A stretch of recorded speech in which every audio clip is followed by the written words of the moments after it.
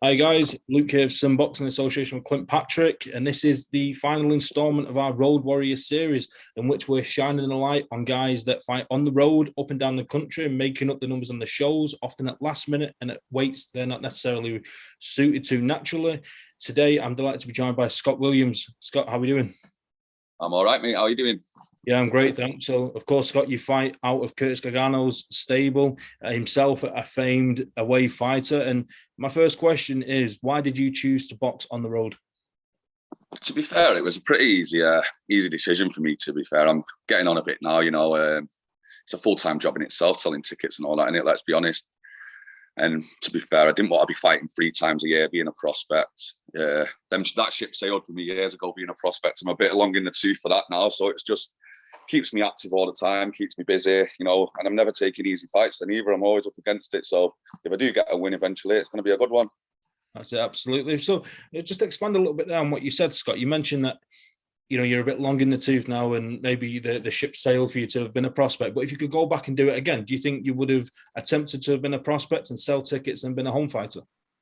Oh, yeah, definitely. If I could go back 10, 15 years and go back to where I started in the amateurs and all the rest of it, and it'd be a no-brainer. I'd want to be trying to get to the top, but I had a good 15, 20-year breakout in between. So, to be fair, I'm lucky to even be a professional and to be where I am now. So, Definitely, it's a good story, and it's very similar to your trainer Curtis Gargano himself. He was a boxer when he was younger, and did a few years away from the sport, and then he come back and he went on the road himself, and he was known as the entertainer in terms of away fighters. It doesn't get much more popular than Curtis Gargano, and he must be a beacon of inspiration for yourself. oh yeah, he knows every little trick in the book, how to get me through a fight and how to survive. And you know what, he's a bit like me, and he's on the road. He does his thing. Well, he was on the road doing his thing. He didn't think too much of losing. He weren't too bothered, because it's like, say you get to the last bell, you're winning, aren't you? Let's be honest, in our game. That's it. So, Scott, you've had 10 fights up till now, so you've got plenty of fights ahead of you. But up until now, what's the biggest and best show that you fought on? I'd have to say it was the Tommy Fury one, to be honest. Now, it was a big stage to be on. Really, to be fair, it's a bit of pressure on my shoulders, wasn't it? But I suppose usually I'd thrive off that, but I froze a bit this time. So did you, in your words there, would you say that you felt the extra eyeballs, if you like, knowing that it was Tommy Fury and the attention that he brings with his social media standing? Did you feel that yourself? And yeah, I think it did get to me a bit. I think it did get to me a bit. It's a big guy in that as well, isn't he? So there was a few little factors what I was thinking, but these are the fights that you've got to take. You can't turn down a fight with Tommy Fury, can you? Even if you have to go up in weight or whatever. Definitely. So who would you say is the biggest puncher you faced so far? You've only got the two stoppage losses. Yeah, I'd say it's probably Tommy now. Well, I could say Dan Catlin as well, but I don't. I felt Tommy's a few days after. I didn't still feel Dan's the day after.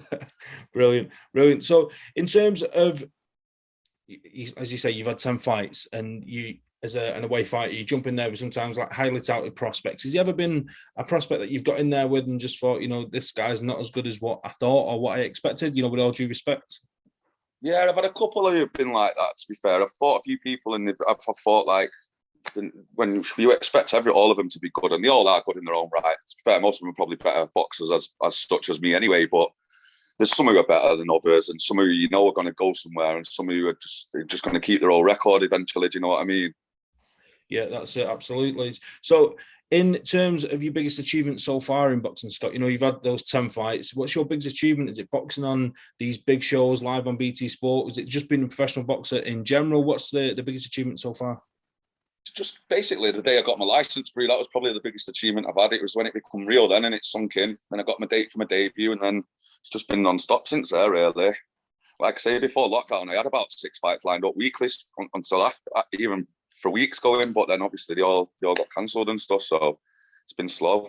Was there a worry there at all, when you heard people like Eddie Hearn or Frank Warren saying that we can't have easy fights as such, or there was matching prospects against prospect rather than bringing in away fighters, and that's, of course, your bread and butter. Was there ever a worry there that it might not return, or was it just keeping in the gym, keep working with Curtis and keep focused in the hope that it returns one day?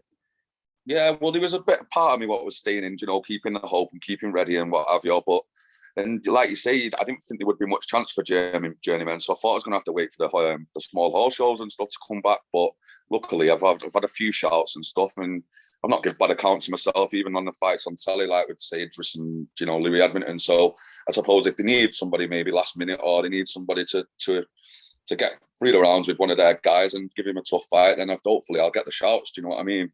Definitely, as you say there, in just 10 fights, you look at some of the people you have been in with, like Dan Catlin, an undefeated prospect, Tommy Fiore, Lewis Edmonton, Idris Virgo. There's no easy fights there. I don't know, easy five. No, I knew it from the day what I signed up for. Anyway, even when I fought Jerome Warburton on my debut, that was a tough fight for me to get through. And I thought that this is what you've got to be here to survive this sort of stuff. You can't ask. They're never easy fights, Daddy. Let's be honest. These prospects train daily. They eat properly, they train properly. Half of them, they don't have kids at home and stuff like that. They live the life a bit better than I do, to be honest. I can't not ask you about the situation with Idris Virgo, the face-off and the water bottle instance. How did you manage to keep your cool there, Scott? A lot of people there would have flipped the table, would have dived at him. Like, how did you keep your cool? To be honest, I still don't know to this day how I did it. But I don't know. I had it in the back of my mind. I thought, you know what? Yeah, there's a lot of people watching this. I don't need to be getting sucked into his drama and all that. I thought he'll just make himself look like an idiot. You asked to fight a journeyman to do him a favour, and then bloody starts all that stuff with him. Do you know what I mean? Yeah, I think that was the thing that I seen that seemed to annoy a lot of people, is that you're there doing your job at the end of the day. He's trying to build this up as some sort of fake argument or fake bad blood, and you're not in there for that. You turn up, you do your job, and you go home, kind of thing. And it was so manufactured, and people just seemed to do it straight away. That's what it was. I took the fight on 3 days' notice. He should be shaking my hand, thanking me that he was still on the show, rather than messing about and doing all that stupid stuff, really. Scott, what's your biggest motivation in boxing? To be honest, it's my kids, really. I like the fact that my kids can be proud of me one day, and do you know what I mean? Sit there and say my dad's a pro boxer, and like I say, to make my dad proud, because I didn't do a very good job of it when he was there. I was a bit of a little shit in and out of jail and what have you, and being naughty and that. And so I've been on the straight and narrow now for a long time, and boxing's helped me with that, to be honest. That's a big part of it. Fantastic. That's a really nice word, Scott. And I'm sure, as you say, you owe lots of boxing now. It's keeping you focused, keeping you fit, and most importantly, keeping you on the straight and narrow, as you say. Yeah, that's what it is. I owe my life to boxing, really. Well, the later life I owe it to boxing. To be fair, it's given me a good life. It's like I say, it's got me under the limelight a bit as well, and that. And it's not something that I'm planning on retiring from anytime soon. I'd like to hit at least 50 anyway before that ever gets thought of. 50 and out. So in terms of fighting on the road, and you fought some big names, some big punchers, is there anybody that you wouldn't fight for any particular reason, that he's a big puncher, or he's a slick boxer that might give you a hard night's work? Is there anybody out there that you just think that's not for me and I'd turn down that fight? Not really, to be honest. I'd fight Canelo if we have to. You're just one of them. You can't turn down fights. You sign up for this as a journeyman, don't you? You've got to test yourself every time, even if, like I thought to myself before I fought Edmondson and what have you, I thought, this is a big risk for me. He's a very good kid. I could get stopped and what have you, but I got through it. It's mentality as well, isn't it? A lot of it. Yeah, I think that fight with Edmonton's definitely gone under the radar, with all due respect to yourself. And as you say, as an away fighter, your victory's seen the final bell. And Lewis Edmonton's got some good knockout wins on his record. He's a big lad, he's a big puncher. And, he was very, very rarely troubled. You never really looked out on your feet at any point, and you got through was it the 4 rounds or the 6 rounds? I got through the 4, yeah. Yeah. So I think that in itself is worth celebrating. And as you say, that's your small victory, if you like. A lot of people don't know, but Curtis wasn't even there for that fight. He was away with Levi as well when he was supposed to be fighting. So I didn't even have my own cornerman there or nothing. I had to get through it on my own like guile and what I remember, and use my own tricks and stuff just to get through it. Yeah, that's interesting. I didn't know that myself, to be honest. I remember watching the fight, and I didn't realise Curtis wasn't there.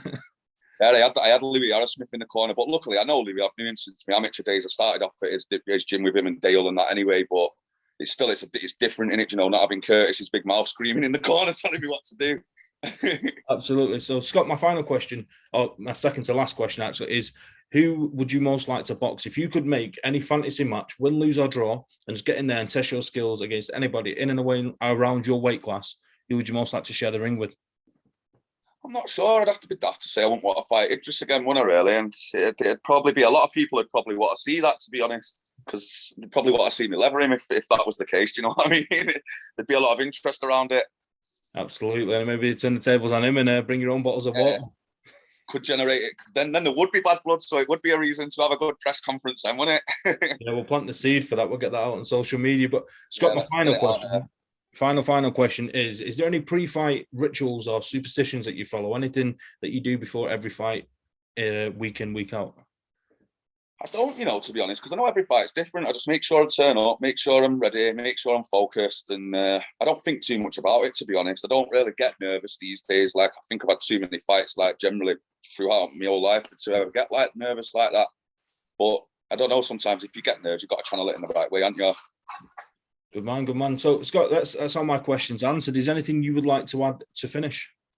No, it's a pleasure having a chat with you and stuff. It's always good to get myself, get me out there, get a little interview, see people from my point of view and that. And yeah, it's been a pleasure speaking to you. Yeah, always, mate. So finally, is anything lined up? We got any fights lined up? Anything in the pipeline?